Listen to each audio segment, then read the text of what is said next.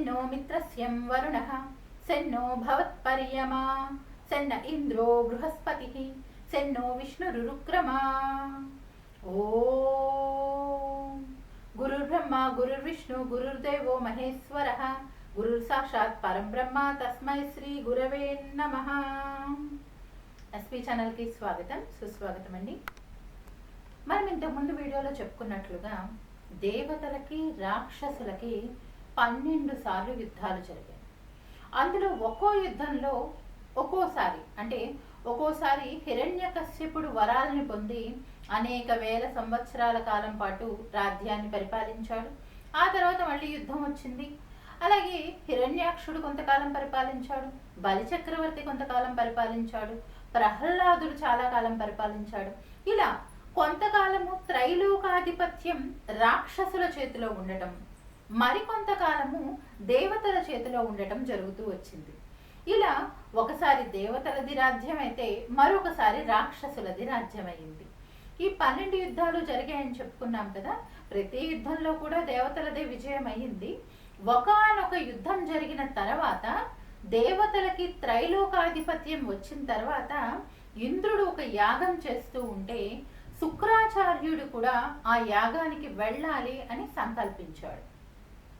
శుక్రాచార్యుడు రాక్షసుల గురువు, దేవతల గురువు బృహస్పతి. అయితే దేవతలు గెలిచి యజ్ఞం చేస్తూ ఉంటే ఆ యజ్ఞానికి దేవతల శత్రువులైనటువంటి రాక్షసుల గురువు శుక్రాచార్యుడు వెళ్ళాలి అనుకున్నాడు. ఆయన వెళ్ళటం చూసి రాక్షసులు ఆయన్ని అనేక విధాలుగా ప్రార్థించారు. గురువర్య, ఓ మహానుభావ, నీకు ఇదేమైనా న్యాయంగా ఉందా?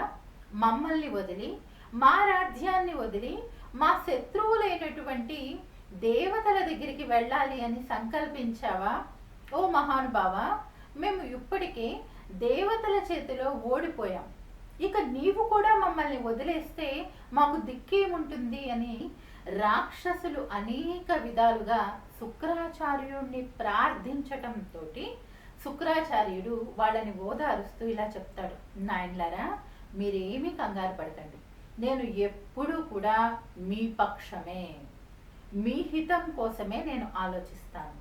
నా దగ్గర అనేకమైనటువంటి మంత్రాలు, అదేవిధంగా ఔషధులు, రసద్రవ్యాలు, బంగారం మొదలైన విలువైన వస్తువులు, ధనం చాలా ఉంది నా దగ్గర.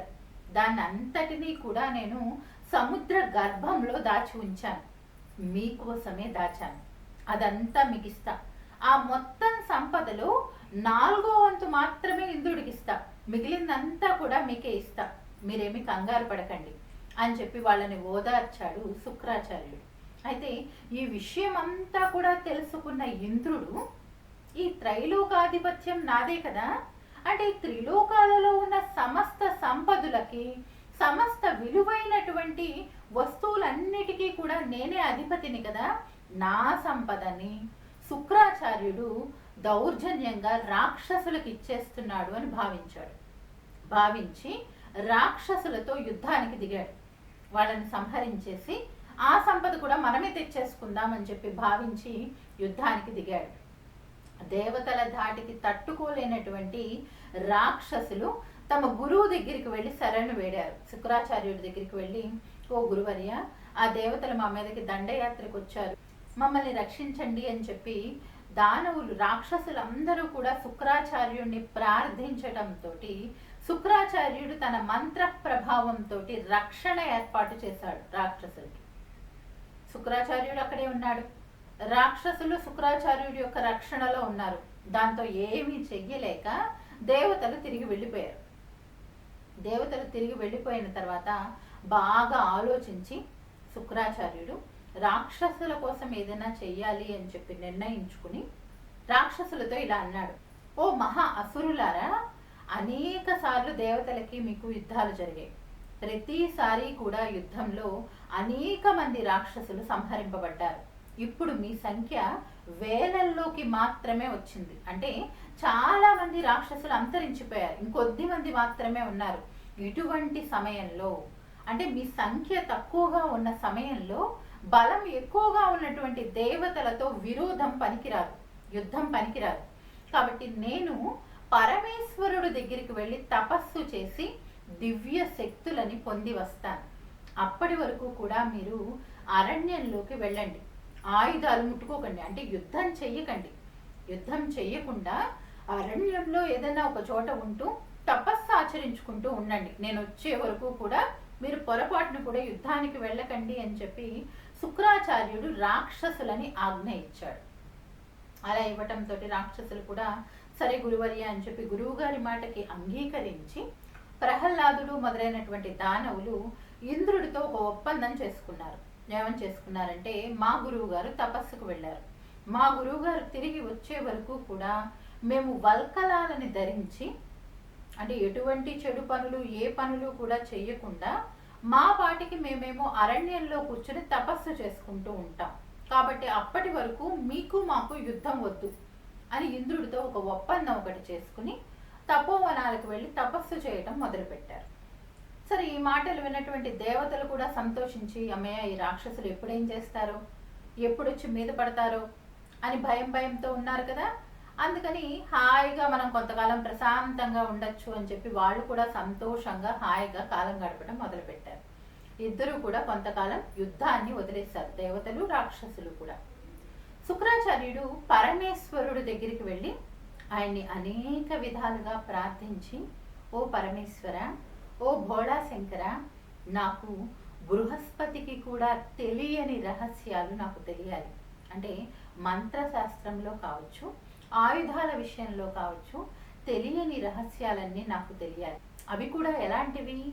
దేవతలకి పరాజయాన్ని చేకూర్చేవి, మా రాక్షసులకి జయాన్ని చేకూర్చేటటువంటివి నాకు కావాలి అని చెప్పి పరమేశ్వరుణ్ణి ప్రార్థించడంతో పరమేశ్వరుడు ఒక్క నిమిషం బాగా ఆలోచించి, మరి దేవతలు ఓడిపోయేవి కావాలని అడుగుతున్నాడు కదా, రాక్షసులేమో రాక్షస ప్రవృత్తి కలిగిన వారు, వారికి గనక బలం వస్తే గనక, అధికారం వస్తే గనక సర్వజనులు కూడా ఇబ్బందులు పడతారు అని చెప్పి బాగా ఆలోచించిన పరమేశ్వరుడు, సరే శుక్రాచార్య, నువ్వు ఒక ఘోరమైనటువంటి తపస్సు చేయాలి.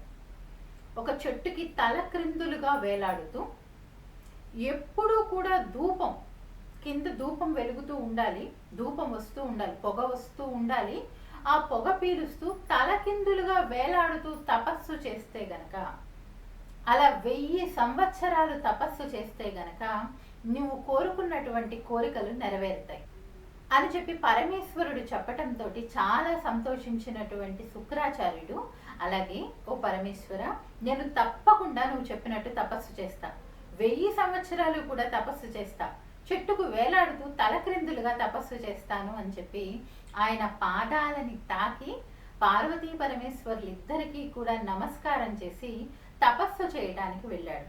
మరి ఆయన తపస్సు ఎలా గడిచిందో, తలకిందులుగా వేలాడుతూ ఎలా తపస్సు చేశాడో, మరి తదనంతర విశేషాలని మన తర్వాత భాగాల్లో తెలుసుకుందామండి. మీకు ఈ వీడియో నచ్చినట్లయితే లైక్ చేయండి, షేర్ చేయండి, మా ఛానల్ సబ్స్క్రైబ్ చేయండి. ధన్యవాదాలండి.